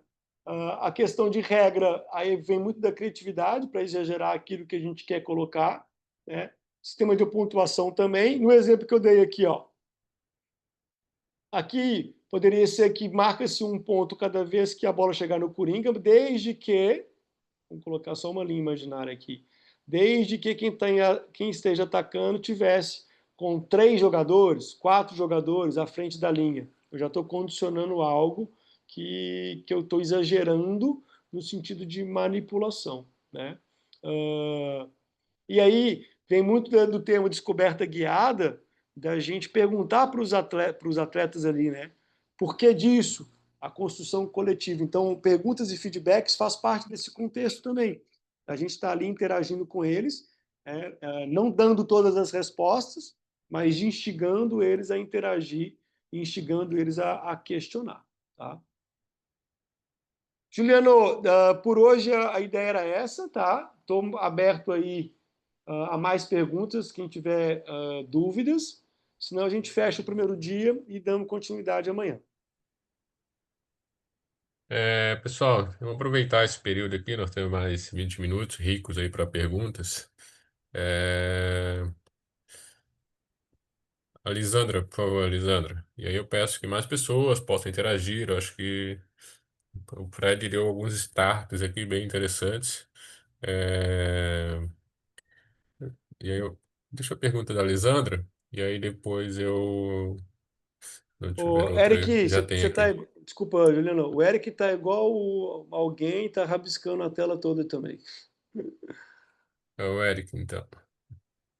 É, Pode fazer a pergunta, Lisandra, por favor. Olá, professor, boa noite. Tudo bem? Tudo Minha bem, Lisandro? pergunta é um pouco mais sobre os feedbacks, né? A gente sabe que a influência do feedback ela vai direcionar alguns comportamentos. Então, às vezes pode ter o mesmo exercício, mas feedbacks distintos, isso vai influenciar. Pensando na demanda física, pensando no aspecto do jogo também, do objetivo. Às vezes dá para ser um feedback mais diretivo, às vezes um feedback mais geral. É, a gente pode pensar também, a minha dúvida é se a gente pode pensar na ideia do feedback como algo com propensão ou não, e até que ponto é válido a gente focar o objetivo do treino. Ah, o treino é só com o objetivo, aí fazer ofensiva, os meus feedbacks vão ser direcionados ao ofensivo. Eu vejo que alguns espaços o auxiliar acaba trazendo ali os feedbacks mais secundários, né? Mas é muito mais, é uma pergunta mais ampla, assim. Como é que você vê o uso do feedback no dia a dia, a nível de propensão, de quantidade, de tempo, e até que ponto essa descoberta guiada ela é válida no sentido de momento competitivo, por exemplo? Excelente pergunta, Alessandra. Excelente pergunta. Ela é um tanto quanto complexa. A gente vai falar de feedback, se não me falha a memória, no terceiro dia, tá? Vou pegar trecho das suas falas para a gente dar profundidade aqui. Em termos de propensão de feedback, lembra, se a gente aumenta muito o número de feedbacks, a gente pode condicionar que eles fiquem dependentes do nosso feedback, né? Então, assim, nós, enquanto treinadores, a gente tem que entender que eles precisam ter feedback intrínsecos também, ou seja, deles mesmos, para eles criarem a imagem mental, para eles refletirem. Se a gente fica ali toda hora dando os caminhos, na hora do jogo, a gente vai ter que estar narrando o jogo, porque eles não vão estar prontos para assumir o que o jogo exige em termos de processar a informação e tomar decisão, né? Outro parâmetro de feedback. Feedback interfere nas questões físicas pelo seguinte, Se eu estou num dia do microciclo onde eu preciso dar estímulos contínuos para os atletas, se eu paro o treino toda hora para dar feedback, eu quebro isso. Então, tem dias e dias. Tem dia que eu sei que eu posso dar mais estímulos, que eu tenho mais pausa. Tem o dia da duração, por exemplo, né, que são os dias mais contínuos. Se eu paro o treino a todo momento, eu estou descondicionando o meu atleta a jogar a continuidade das ações que o jogo vai exigir. Aí daqui a pouco eu vou para um jogo, vou reclamar que minha equipe não consegue reequilibrar, que ela tem pouco ajuste, que ela perde a bola, ela para, mas eu condicionei isso no treino, eu gerei um comportamento ruim para eles no treino. Então, na sua fala de feedback, permeia as duas coisas. Mais propriedade para a gente falar de feedback, no terceiro dia eu vou dar exemplos de técnicas de feedback. Tá? Aí, se sua pergunta não ficou clara, a gente pode voltar a falar dela no dia 3. Tá? Mas eu acho que feedback tem relação com parte física, em função do que eu falei, e feedback tem relação com criar dependência para atletas pouco autônomos, né? Pouco de perceber, processar a informação e tomar a decisão. A última que você colocou, bem interessante. O jogo é complexo. Eu tenho que exagerar os objetivos que eu vou. Daqui a pouco, 1, 2, 3 objetivos. Só que na complexidade do jogo, quando tem ataque e defesa, muitas vezes eu vou exagerar o ataque e esquecer da defesa. Normal naquele momento ali. Ninguém é super-homem. Se der para equilibrar enquanto comissão técnica, mas no momento de manipulação eu preciso exagerar algo para melhorar algo, depois eu exagero algo, e essa competição vai gerando com que o sistema todo ele evolua. Assim funciona. Ficou claro? Ficou assim, obrigada. Obrigado, Lisandra. Professor, Lisandra já participou uma conosco pergunta, por aqui. gentileza. Desculpa? Não, teve. Quem gostaria de fazer pergunta? Primeiramente, agradecer a Lisandra, que já participou aqui conosco, tá, Lisandra? E quem gostaria de fazer pergunta, por favor? Eu, professor Wilson, vou fazer uma pergunta. Consegue abrir a câmera, Na Wilson? hora, na hora. Obrigado. Eu confundo do... Sim, sim, perfeito. Fica à vontade. Já é. Professor Fred, eu sou... Boa noite a todos, professores, na verdade. Boa noite ao senhor.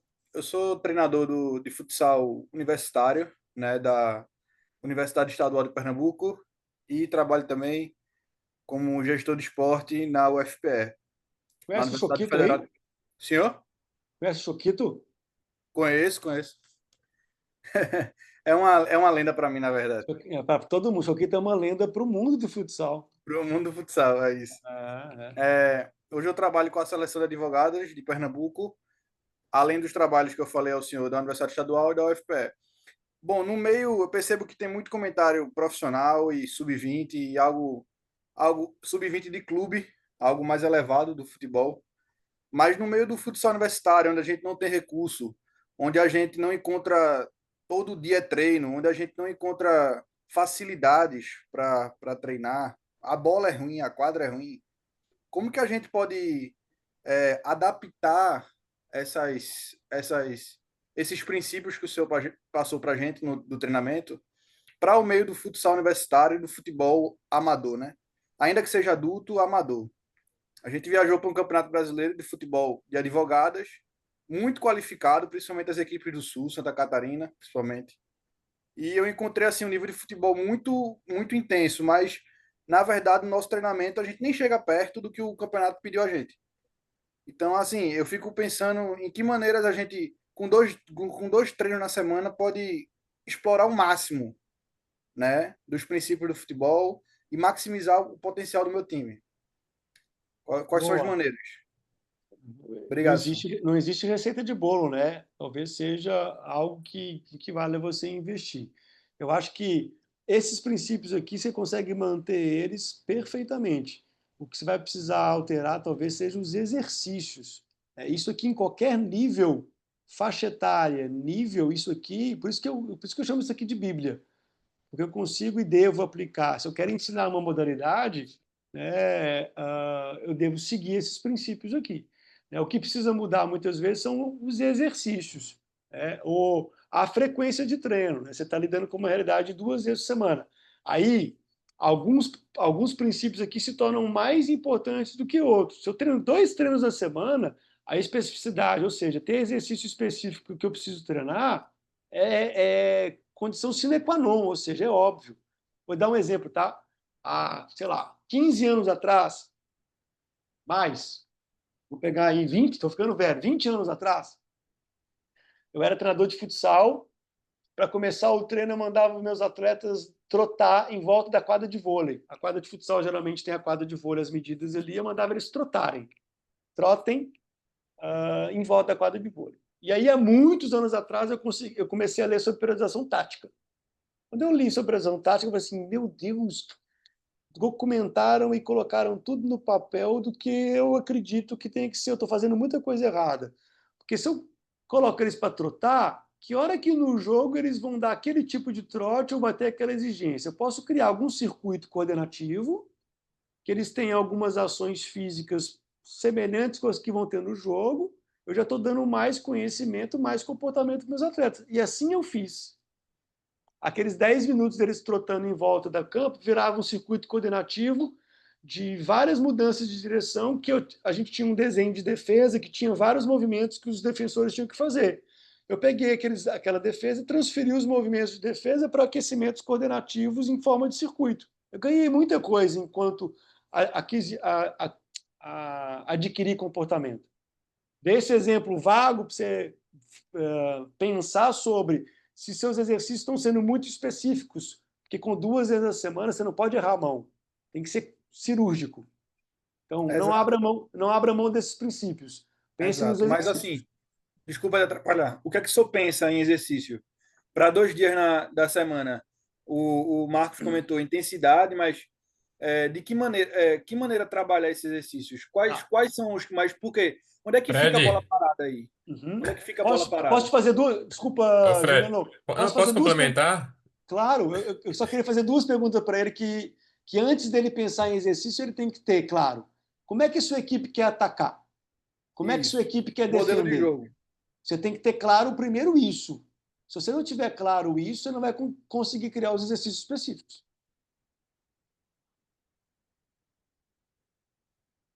Desculpa, Juliano. Não, acho que complementando até a pergunta do Wilson, a gente vive, né? Tem 10 anos aqui de projeto da equipe universitária de futebol de campo e, e assim como a UFSC e a UFRN também tem um projeto bem consolidado, a Federal do Rio Grande do Norte. E a gente passou vários períodos aí com vitórias, derrotas e vencendo essa situação, e treina 2 vezes na semana. E bola parada, por exemplo, né? Bola parada você tem que ter algo mais próximo do jogo, né? Mais exercícios que tenham essa relação direta com aquilo que você vai jogar. Então, às vezes, quando você vai para esses torneios, né, Wilson, você não consegue controlar muitas coisas, né? A equipe adversária, o nível de concentração da sua equipe. Então, acho que complementando a pergunta do Fred, a resposta do Fred, é você também trazer para o seu treino um nível de concentração alto, né? Por mais que sejam 2 vezes na semana, que talvez isso faz parte de uma cultura de construir uma cultura de treinamento, mesmo no nível universitário, porque, infelizmente, num primeiro momento a gente percebia que essa cultura ia se dar só lá na competição. E aí, acho que com 1 ano, 2 anos, a gente começou a ter essa clareza que no treinamento você precisa criar essa cultura, você precisa ter jogadores, porque no ambiente universitário, a parte física é um ponto determinante nesses torneios, que são partidas seguidas. Então, conscientizar os jogadores que você precisa, sim, desenvolver a parte física. Nós tivemos um case de sucesso aqui com a equipe universitária, que conseguiu conquistar o JUBES de 2023. Mas quando nós conquistamos o JUBES de 2023, nós tínhamos um goleiro que tinha sido profissional e nós tínhamos valores em testes físicos dos jogadores que eram semelhantes a uma equipe júnior sub-20 aqui de Florianópolis, tá? A parte aeróbica era similar. Então, a questão do resultado, você muitas vezes não consegue, poderia ter perdido da mesma forma, né? Porque futebol é um jogo de poucos pontos, né? Então, tem uma série de complexidades ligadas ao resultado. Mas complementando a fala do Fred, seria isso. Acho que trazer para o treino situações que vão ser muito evidenciadas no jogo e trabalhar no treino com um nível de concentração muito alto, tá? E aí, fazendo ainda uma analogia com o futebol de campo e o futsal, na sexta-feira, nós como professor vamos aprendendo. Os alunos estavam apresentando um trabalho em campo, começou uma chuva muito forte e depois a gente foi no meio da aula, a gente foi para a quadra de futsal para terminar a aula. E os alunos ficaram muito mais tranquilos. Ah, não, aqui fluiu melhor. Claro, né? A bola revolta mais rápido, é mais fácil a reposição de bola. Então, principalmente no campo, né? Acho que esse é um ponto que a gente pode tratar amanhã, Fred, nos outros dias. Como que o treinador pode controlar as variáveis, né? De reposição de bola, o tempo entre as tarefas, porque são elementos que determinam muito a qualidade do treino, né? Um treino de finalização, se você não tem uma proteção atrás do gol, já muda totalmente.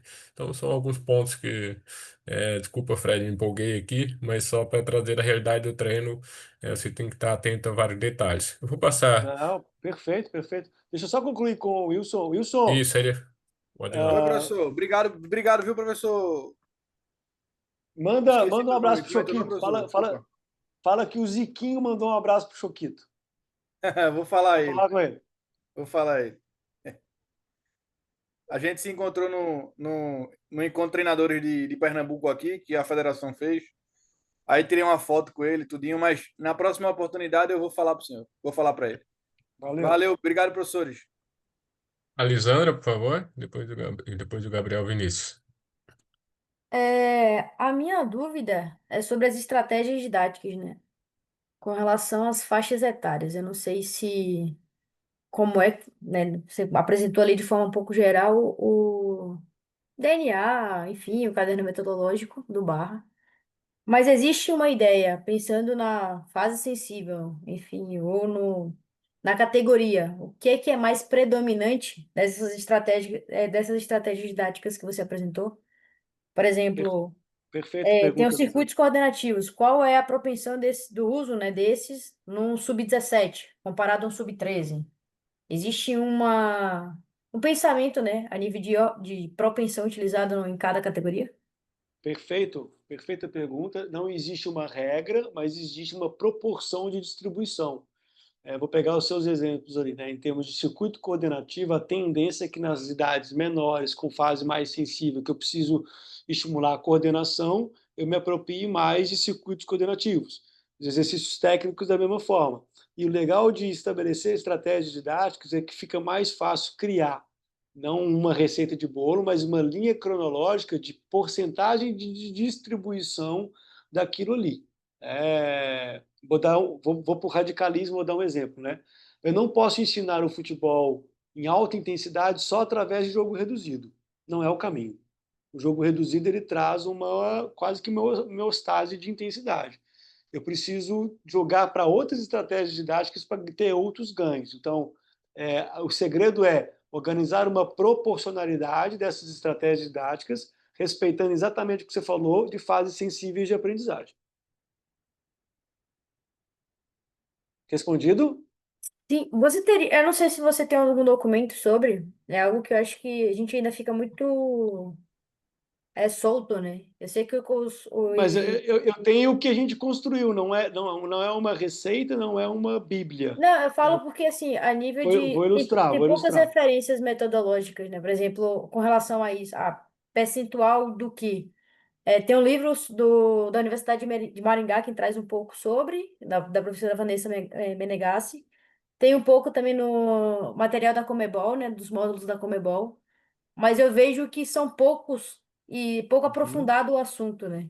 Eu Pelo vou te menos no dar, que eu tive eu acesso. vou te dar dicas, tá? Tá. Deixa eu só.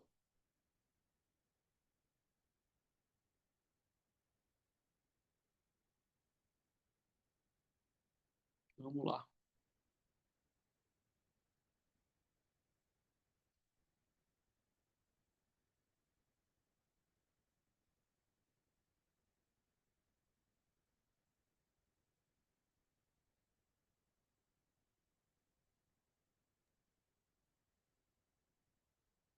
Enquanto o Fred procura, só deixando claro que a presença está ali no chat. Não deixem de responder lá, por favor.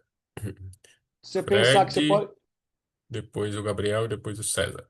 Vai lá, Fred. você, você pensar que você pode organizar um processo em termos de aprendizagem, aperfeiçoamento e estabilização. Você consegue colocar uma cronologia disso, você consegue depois distribuir as estratégias didáticas dentro disso. Dentro de aprendizagem, aperfeiçoamento e estabilização. Você vê que sai do amarelo, onde é a aprendizagem, vai para o vermelho, onde é a estabilização. Então, existe uma proporcionalidade. A literatura te dá diretrizes de fases sensíveis. Eu acho que vale a pena se inteirar das fases sensíveis, mas cada realidade é uma realidade e buscar isso. Então, esse é um exemplo. Tá?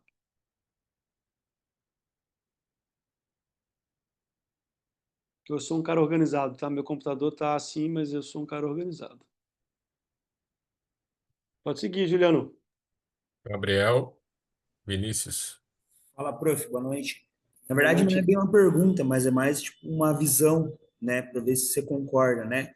Eu acho que a gente tem esse problema, né, de não problema, mas tipo, acho que a gente tem tanto acesso à informação e acho que às vezes a gente acaba até condensando muito, né? Quer falar de tudo, né? Às vezes é um treino de ataque e a gente acaba passando informação até demais. Mas para a gente gerar autonomia, para a gente deixar o atleta inteligente, no caso, ainda a melhor ferramenta é o jogo livre que a gente fala, que é deixar o atleta jogar, que seja o 5 contra 5, o 10 contra 10, ainda é a melhor ferramenta ou você acha que tem outras maneiras? Não sei se é a melhor ferramenta, mas que é uma ferramenta importante. Eu gosto sempre de, vamos pegar uma sessão de treino, tá? Induzir algo que eu deseje enquanto comportamento, e depois deixar de uma forma mais livre para ele se expressar e para ver se teve transferência daquilo ali. Eu não sei se é a melhor, mas que é importante eles se expressarem em algum momento sem regras, um jogo formal, que seja um 6-6, enfim, é necessário. Porque senão a gente vai criar pouco atleta autônomo meio robotizado, né? Então, eu iria para essa linha, sabe? Assim, sempre permitir que eles se expressem em algum momento de liberdade. Né? Acho que é uma visão.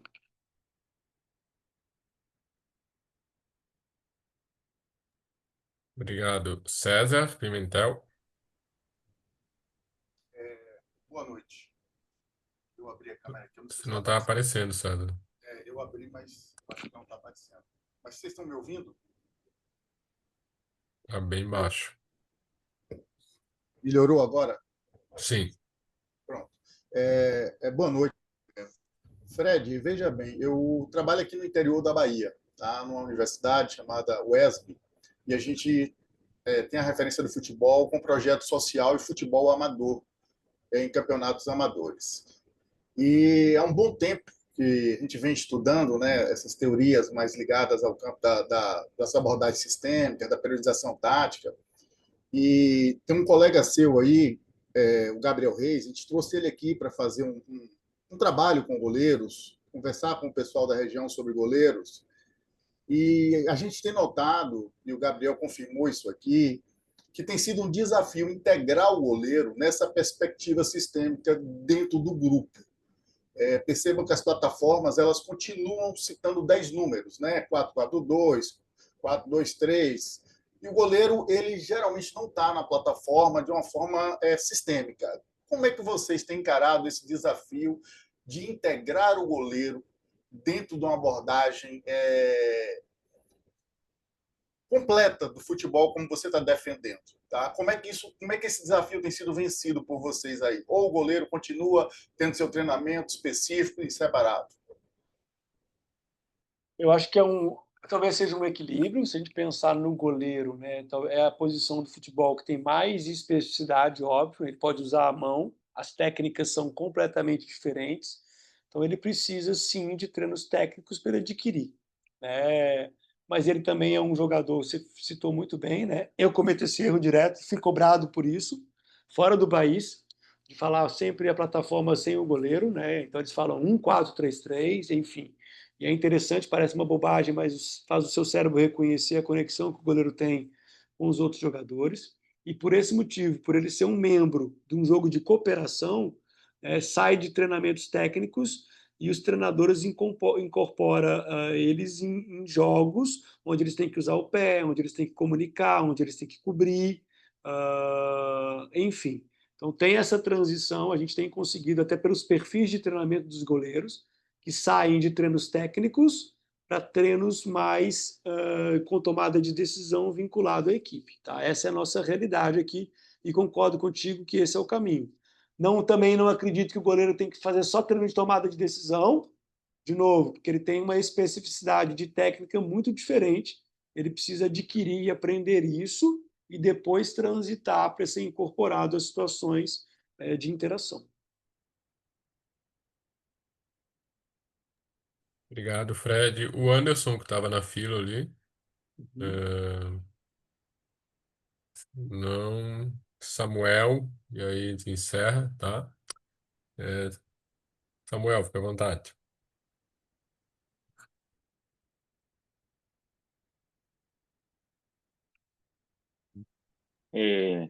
Boa noite a todos. Vocês conseguiram escutar? Sim, fica à vontade.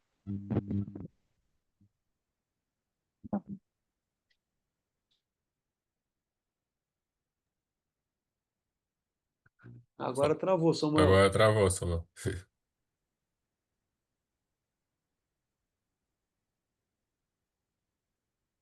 Tem uma pergunta ali no Por chat. exemplo, você já tem um nosso alinhamento, né?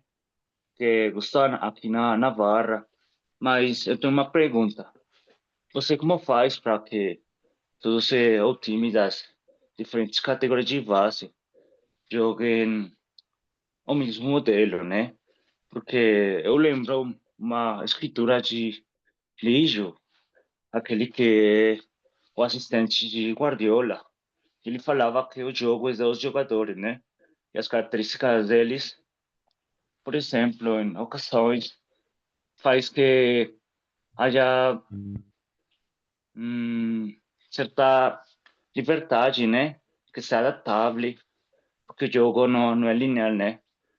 Não sei se você faz com o departamento de scouting, ou você como faz, perdão, tem um pouco mais de... não consigo expressar. Tem um modelo muito rígido, ou, por exemplo, se você tem bastante amplitude, mas tem um cara que consegue fazer a interseção de forma diferente, vocês adaptam ao jogador ou conseguem transformar o jogo dele no pro do grupo. Não sei se vocês conseguem entender minha pergunta. Eu não vou falar do Barra, Samuel, vou falar de uma forma geral, pontos da sua pergunta que são relevantes, tá?